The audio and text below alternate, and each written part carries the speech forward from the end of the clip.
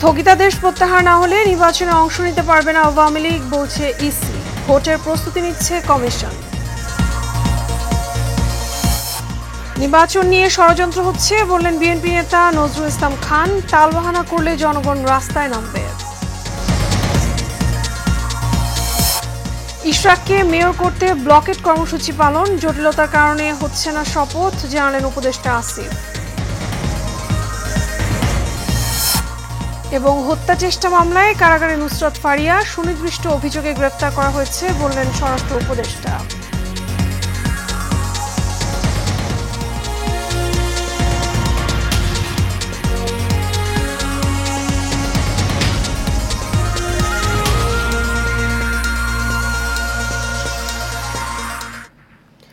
স্বাগত এশিয়ান নিউজে, আপনাদের সঙ্গে আছি আমি মিতা মৌসুমী। শুনছেন বিআরবি কেবল ইন্ডাস্ট্রিজ লিমিটেড সংবাদ শিরোনাম। এবারে চলে যাব বিস্তারিত সংবাদে। রাজনৈতিক দল হিসেবে আওয়ামী লীগের নিবন্ধন স্থগিত করেছে নির্বাচন কমিশন। এই স্থগিতাদেশ প্রত্যাহার না হলে ক্ষমতাচ্যুত দলটি নির্বাচনে অংশ নিতে পারবে না বলে জানিয়েছেন নির্বাচন কমিশনার আব্দুর রহমানুল মাসুদ। সোমবার বেলা 11টার দিকে রাজশাহী আঞ্চলিক লোক প্রশাসন কেন্দ্রে ভোটার তালিকা হালনাগাদ 2025 পরবর্তী পর্যালোচনা এবং টেকসই উন্নয়ন পরিকল্পনা শীর্ষক কর্মশালায় যোগ দিয়ে তিনি এসব কথা বলেন। আওয়ামী লীগ ছাড়া গ্রহণযোগ্য নির্বাচন হবে কিনা এমন প্রশ্নের জবাবে তিনি বলেন, এ প্রশ্নের উত্তর দেওয়ার সময় এখনো আসেনি। তিনি জানান, নির্বাচন কমিশন প্রধান উপদেষ্টার বেঁধে দেওয়ার সময়ে নির্বাচন অনুষ্ঠানে প্রস্তুত রয়েছে।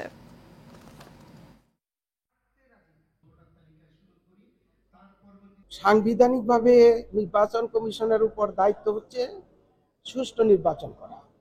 আমরা সারা বছর ভরে এটা প্রস্তুতি নিয়ে থাকি।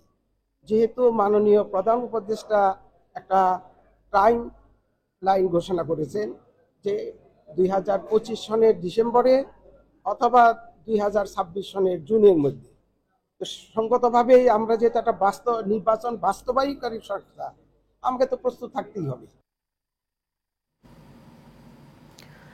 নির্বাচনী রোডম্যাপ নিয়ে ষড়যন্ত্র হচ্ছে বলে মন্তব্য করেছেন বিএনপির স্থায়ী কমিটির সদস্য নজরুল ইসলাম খান। জাতীয় প্রেস ক্লাবে 12 দলীয় জোটের এক আলোচনা সভায় তিনি মন্তব্য করেন। বলেন, নির্বাচন নিয়ে ষড়যন্ত্র হলে জনগণ রাস্তায় নামতে বাধ্য হবে। কাসম আহমেদের রিপোর্ট। 12 দলীয় জোট বা আসন্ন নির্বাচন ও তারেক রহমানের স্বদেশ প্রত্যাবর্তনে প্রতিবন্ধকতা দূরীকরণের দাবিতে 12 দলীয় জোটের আলোচনা সভায় যোগ দেন বিএনপির স্থায়ী কমিটির সদস্য নজরুল ইসলাম খান। সংস্কার এমন একটা ধারাবাহিক অনিবার্য বাস্তবতা, যেটা কেউ না চাইলেও তাকে করতে হবে। এ সময় তিনি বলেন, ডিসেম্বরের মধ্যে নির্বাচন করার কোনো বাধা না থাকলেও গোপনে জোট তৈরির জন্য বিলম্ব করা হচ্ছে। এখন যদি বলেন যে না আরো দেরি করতে হবে, তাহলে কারণটা তো তাকেই বলতে হবে যে কেন করতে হবে। তা তো বলতেছেন না তারা। এখন কারণ যদি গোপন থাকে যে আপনার সংগঠিত হতে একটু সময় লাগবে, কিংবা আপনি কারো কারোর সঙ্গে একটু জোটের চেষ্টা করতেছেন, সেই জোটটা বানানোর জন্য একটু সময় লাগবে। বিএনপি আওয়ামী লীগকে পুনর্বাসনের চেষ্টা করছে এমন অপপ্রচারের বিরুদ্ধে তিনি বলেন, আওয়ামী লীগের সঙ্গে কখনো আপোষ নয় এবং কেউ আপোষ করতে গেলেও তা রুখে দেওয়া হবে। গত 17 বছর ধরে যারা তার গণতান্ত্রিক অধিকার প্রয়োগের অধিকার থেকে বঞ্চিত হয়ে আছে, আবার যে তরুণ প্রজন্ম আজ পর্যন্ত ভোটই দিতে পারে নাই, এবং দেশে একটা নির্বাচিত সরকার কায়েম হওয়ার মাধ্যমে দেশের রাজনীতি, দেশের অর্থনীতি, যে সমাজ আরো সংগঠিত এবং সক্ষম হওয়ার যে সুযোগ, সেটা থেকে বঞ্চিত রাখবেন। এ সময় রাজনৈতিক দলগুলো যে বিষয়গুলোতে ঐক্যমত্যে পৌঁছেছে তার ভিত্তিতে সনদ তৈরি করে দ্রুত ভোটের আয়োজন করতে অন্তর্বর্তী সরকারের প্রতি আহ্বান জানান তিনি।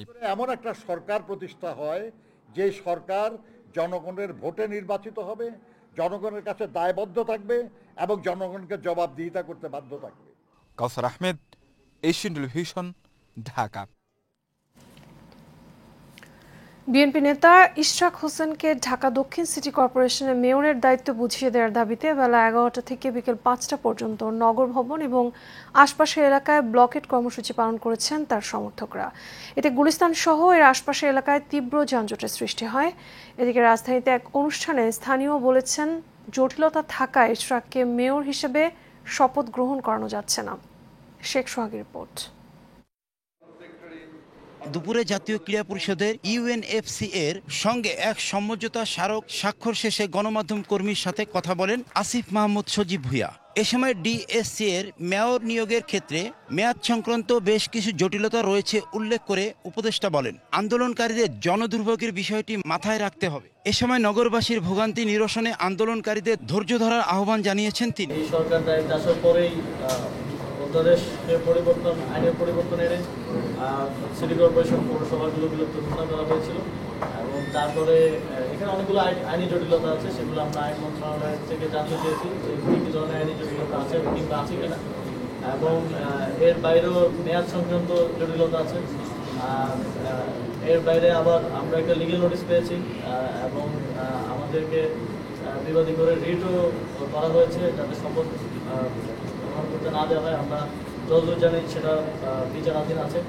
এই সকল ধরনের জটিলতা নিরসন না করে আমরা কোনো সিদ্ধান্তে আসলে যেতে পারছি। এদিকে ঢাকা দক্ষিণ সিটি কর্পোরেশনের মেয়রের দায়িত্বে ইশরাক হোসেনকে বুঝিয়ে দেওয়ার দাবিতে টানা 4 দিনের বিক্ষোভ শেষে নগর ভবন ব্লকেট কর্মসূচি করেছে আন্দোলনকারীরা। কর্মসূচির অংশ হিসেবে গুলিস্তানের প্রধান সড়ক অবরোধ করে রাখা হয়েছে, ফলে ব্যস্ত এই এলাকার সব ধরনের চলাচল বন্ধ হয়ে গেছে।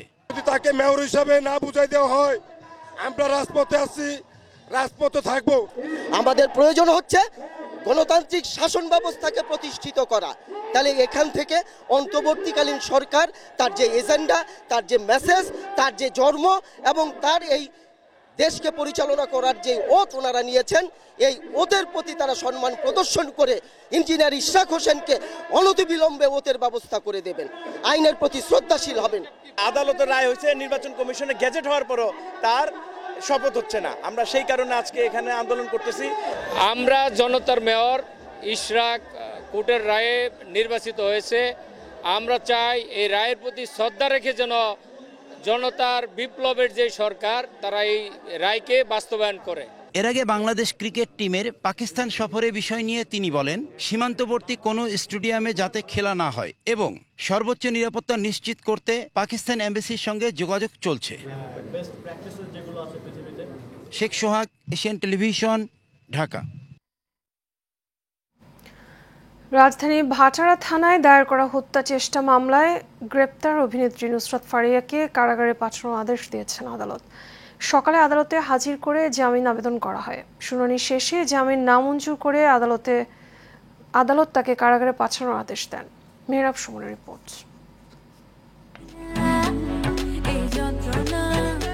মুজিব বায়োপিকে শেখ হাসিনা চরিত্রে অভিনীত অভিনেত্রী নুসরাত ফারিয়াকে ঢাকার চিফ মেট্রোপলিটন ম্যাজিস্ট্রেট আদালতে হাজির করা হয়। এ সময় নুসরাত ফারিয়ার আইনজীবী জামিন আবেদন করলে শুনানি শেষে জামিন মঞ্জুর না করে কারাগারে পাঠানোর আদেশ দেন মেট্রোপলিটন ম্যাজিস্ট্রেট সারা ফারজানা।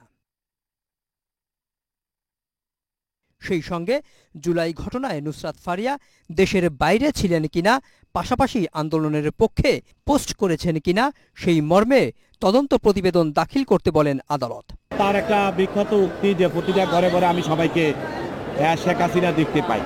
আমাদের বক্তব্য হলো যে আমাদের বর্তমান সময়ে যে অবস্থা, আমরা বলেছি যে কেউ দেশে থেকে এবং দেশের বাইরে থেকে ঘটনা ঘটানো সম্ভব।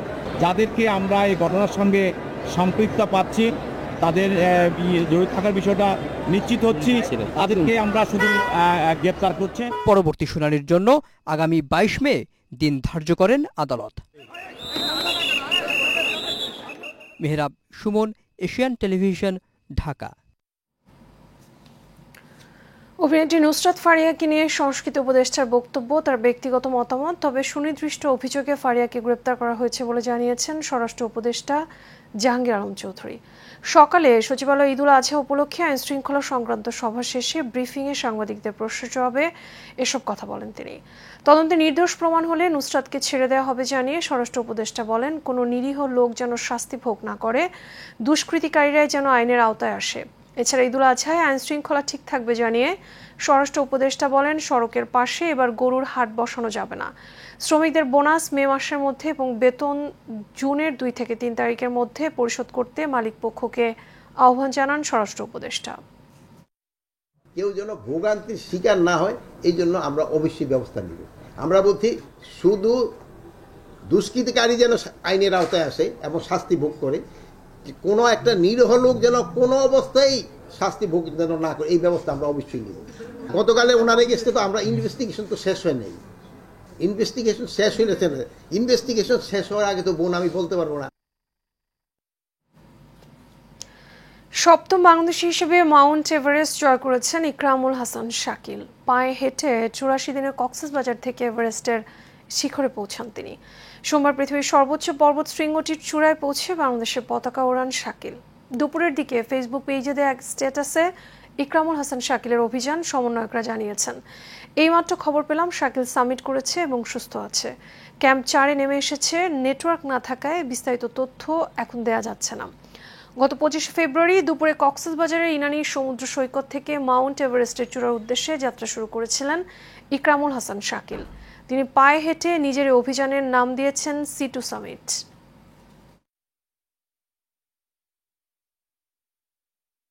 এবার সার বাংলা।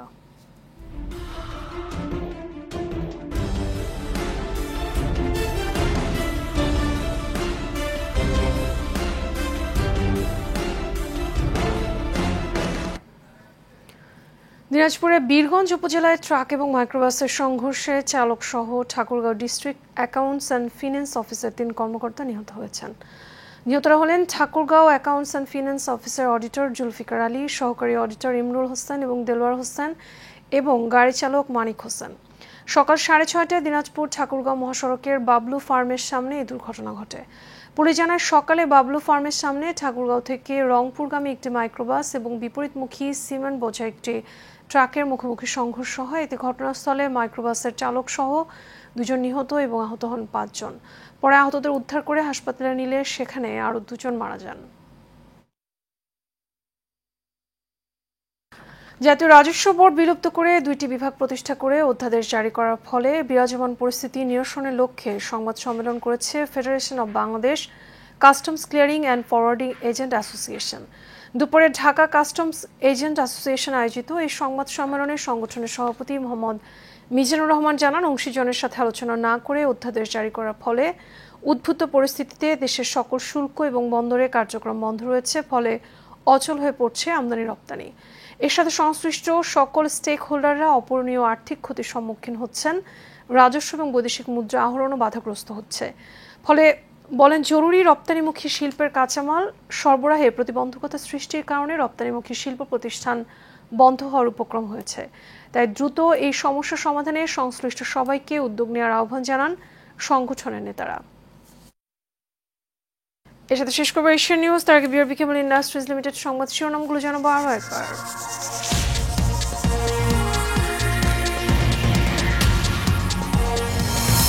স্থগিতাদেশ প্রত্যাহার না হলে নির্বাচনে অংশ নিতে পারবে না আওয়ামী লীগ, বলছে ইসি। ভোটের প্রস্তুতি নিচ্ছে কমিশন। নির্বাচন নিয়ে ষড়যন্ত্র হচ্ছে বললেন বিএনপি নেতা নজরুল ইসলাম খান। তালবাহানা করলে জনগণ রাস্তায় নামবে। ইশরাককে মেয়র করতে ব্লকেট কর্মসূচি পালন, জটিলতার কারণে হচ্ছে না শপথ, জানালেন উপদেষ্টা আসিফ। এবং হত্যা চেষ্টা মামলায় কারাগারে নুসরাত ফারিয়া, সুনির্দিষ্ট অভিযোগে গ্রেফতার করা হয়েছে বললেন স্বরাষ্ট্র উপদেষ্টা।